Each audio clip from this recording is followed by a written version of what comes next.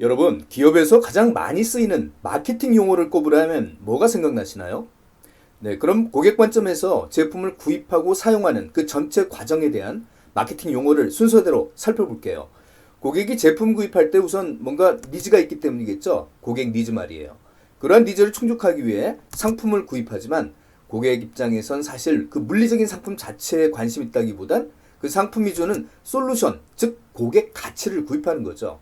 즉 고객은 마스크라는 천조각 대신 바이러스 차단이라는 또 안심이라는 그런 솔루션을 구입하는 거예요.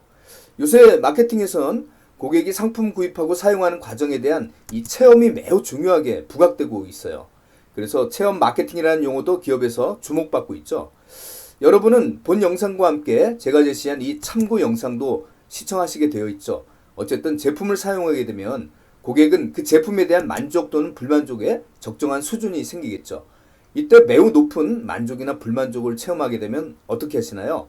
SNS를 통해서 주위에 구전 효과를 제공하죠.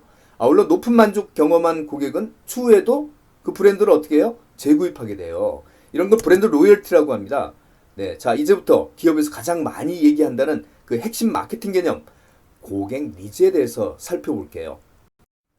우리말로 욕구라고 해석하는 이 니즈는 좀 더 쉽게 풀었으면 불편 내지 결핍이라고 생각하시면 돼요. 우리가 생활 속에서 불편 느낄 때 그 과정을 보면 특정 상황의 현실에서 어떤 이상적 상황에 못 미칠 때 우리는 그 갭을 이제 니즈가 발생했다라고 보는 거죠. 기업은 고객들이 표현하는 이 니즈를 포착해서 지금껏 신제품들을 계속 개발해 오는 거예요. 근데 고객들이 표현하는 니즈는 두 가지 형태를 띱니다. 하나는 이상적 상태로 표현하는 것이고 다른 하나는 현실적 상태에 초점을 맞춰서 표현하는 형태예요. 이 이상적 상태는 보통 사람들 스스로 자각하게 되지만 광고가 기업에서 광고를 통해서 이상적 상태를 사람들에게 인식시키면서 그 갭을 창출해서 니즈를 만들기도 하죠. 네, 니즈와 비교해서 원츠라는 개념도 알아두셔야 돼요. 원츠는 니즈를 충족하는 좀 더 구체화되고 유형화된 그 수단을 의미하죠. 최대한 그 구체화된 것이 바로 이 상품이라고 보는 거죠. 여러분 혹시 필요는 발명의 어머니라는 말 들어보신 적이 있으시죠? 네, 여기서 니즈가 필요라면 원츠는 구체적인 발명품에 해당된다라고 볼 수 있네요. 자, 어쨌든 니즈를 원초로 전환하게 유도하는 것이 바로 광고나 마케팅의 역할이에요. 즉, 잘 만든 광고는 니즈를 가진 고객의 마음을 해당 상품을 강력한 필요로 느끼게, 즉 원초로 느끼게 만든다는 거죠. 광고는 사람들의 마음속에 있는 니즈를 공략해서 자기 회사 제품을 필요로 하게 만들죠. 네, 지금 보시는 광고 보시면 여기 나와 있는 광고 문구들 어떤 단어가 니즈에 해당되고 어떤 단어가 필요에 해당될까요? 한번 찾아보시길 바랍니다. 자, 불안한 마음 건드리는 바로 이런 불편들이 니즈에 해당되겠죠. 네, 이런 니즈를 충족하는 자사의 제품들이 바로 구체화된 필요, 즉 원치가 되겠네요. 자, 그렇다면 여러분, 기업의 상품 개발자 관점에선 니즈와 원추 중 어느 게 더 중요할까요? 네, 그렇죠. 근원적인 니즈를 파악해야 좀 더 폭넓은 시야에서 다양한 아이디어, 다양한 원치라는 그 상품 아이템을 개발해낼 수 있다는 거죠. 그리고 고객이 다양한 원치라는 요구하는 그런 원치 형태의 제품은 사실 나올 만큼 다 나와 있어요. 네, 고객의 이상적 상태는 계속해서 높아져 가기만 하기 때문에 항상 자세히 보면 불편함이 어딘가 존재해 있다는 그런 사실이에요. 이제 고객도 모르는 그런 이상적 상태를 찾아서 니즈를 제시해야 되는 그런 시대입니다. 자, 오늘날 끊임없이 신제품이 출시돼서 기업이 생존할 수 있는 것이 바로 이 니즈가 사람들에게 항상 존재한다라는 사실이죠.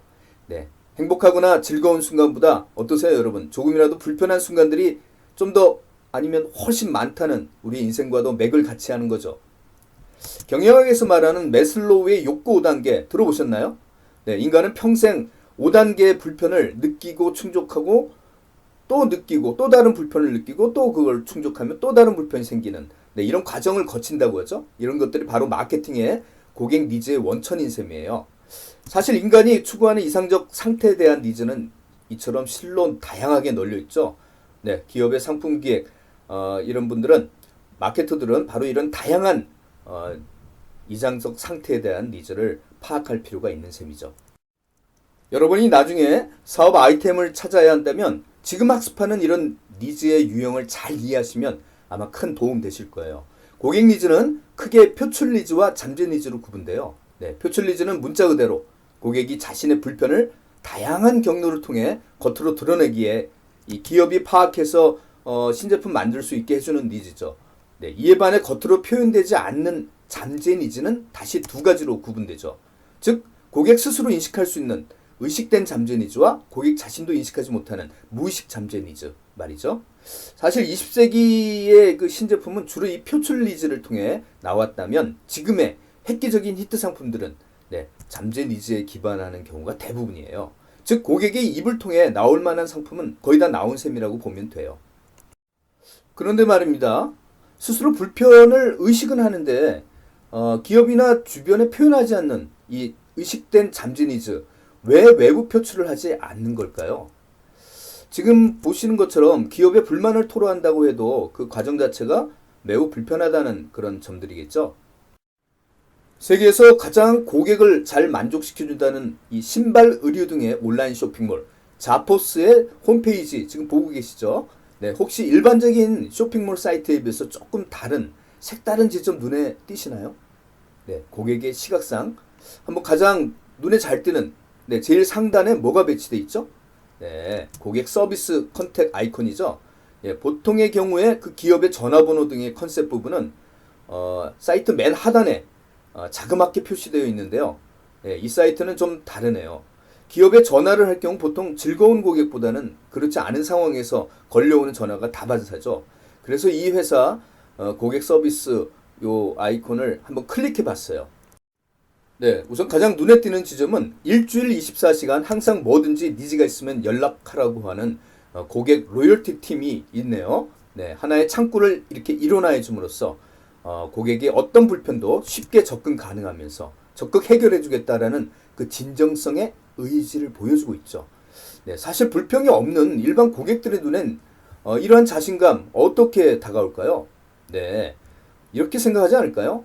야, 이 기업 상품은 얼마나 클레임이 없길래 이렇게 고객 눈에 잘 띄는 곳에다 자신감 있게 전화하라고 한 걸까? 말이죠. 먼저 의식된 잠재 니즈의 사례 볼까요? 네, 지금 보시는 스마트폰 사진에서 여러분 불편한 지점 있다면 어딜까요? 예, 맞습니다. 잔뜩 꼬여있는 이어폰 줄 저거 아침 지하철에서 서 있는 자세에서 풀려면 꽤나 번거로울 텐데요. 자, 불편함을 의식은 하지만 그렇다고 이어폰 줄에 대한 아쉬움은 표출하진 않죠. 네, 불편을 그냥 당연하게 받아들인다는 거죠. 만약 여러분이 이 이어폰 업체 상품 개발 팀원이라면 이 불편 어떻게 해결하실 건가요? 네, 이 개발자가 어느 날 우연히 의류 매장에서 옷에 부착된 그 자크 올렸다 내렸다 하는 고리 있죠? 그 자크에서 아이디어를 가져온 거예요. 어떻게 해요? 이렇게 말이죠. 자크를 올렸다 내렸다 하면 줄이 꼬일 염려 없는 거죠. 네, 저라면 아예 의류업체랑 제휴해서 이어폰이 부착된 옷을 그냥 개발할까 하는데요. 괜찮은 아이디어 아닌가요? 그럼 이번엔 본인도 의식하지 못하는 불편, 무의식 잠재 니즈를 살펴보겠습니다. 너무나 당연하게 생활 관습으로 받아들여온지라 불편이라고 생각지 못하는 거예요. 네, 그러니까 이런 불편거리는 기업에서는 고객 리서치를 통해서 파악할 수 없는 거죠. 자, 그럼 어떻게 파악하죠? 예, 보통 마케터가 고객 생활 현장 속에 들어가 관찰하는 방법을 요새 많이 쓰고 있어요. 고객들의 얼굴을 가만히 보고 있으면 뭔가 불편한 표정이나 행동, 땀, 찡그림 이런 걸 볼 수 있다는 거예요. 지금 보시는 어떤 건설사 광고는 일반적으로 신경 쓰기 힘든 구석의 불편을 예리하게 파고들고 있죠. 네, 아파트 주차장 폭을 단 10cm, 손가락 두 마디의 사이 벌리면 그 사이 거리인 10cm만 늘려도 주차 편의성의 체감이 달라진다. 그런 얘기예요. 예, 사람들이 평소 느끼지 못했지만 광고를 통해서 인식을 시키면서 무의식 니즈를 필요로 승화시키는 그런 내용이죠. 평소 관찰력 있으신 분 이런 무의식 잠재 니즈는 많이 찾아볼 수가 있어요. 지금 보시는 노트 불편한 지점 뭘까요? 예, 가운데 있는 스프링이 손바닥을 약간 불편하게 만들겠죠. 그러나 꽤 오랫동안 우리는 왜 의식하지 못하고 살아온 거죠? 이런 거 어떻게 개선할까요? 예, 스프링의 최소한의 역할만 유지한 채 이렇게 만들면 어떨까요? 자, 이번엔 손톱깎이에 돋보기가 달려있네요. 이건 당초 손톱깎이에 우리가 인식하지도 못했던 어떤 불편이 있었던 거죠? 네, 특히 어르신들이 허리를 구부정한 상태로 얼굴을 가까이 대면서 손톱 깎는 그 불편함일 거예요. 이거 역시 관찰하지 않으면 이분들이 손톱 깎기에도 돋보기 달아달라는 그런 불편이나 요구는 하지 않을 거예요. 지금 보시는 자판기 역시 우리가 별 불편 느끼지 않고 지금 이용하고 있죠. 그러나 본인 자신은 잘 모르지만 옆에서 관찰해 보면 어떤 불편점이 좀 인식되기도 하는데요. 네, 허리를 굽혀야 된다는 불편일 거예요. 커피 나오는 지점을 이렇게 상단에 올리면 좀 편하게 커피 꺼낼 수 있는데 말이죠. 그렇다고 이런 개조된 자판기 만드는 게 뭐 돈 드는 것도 아닌 것 같은데요.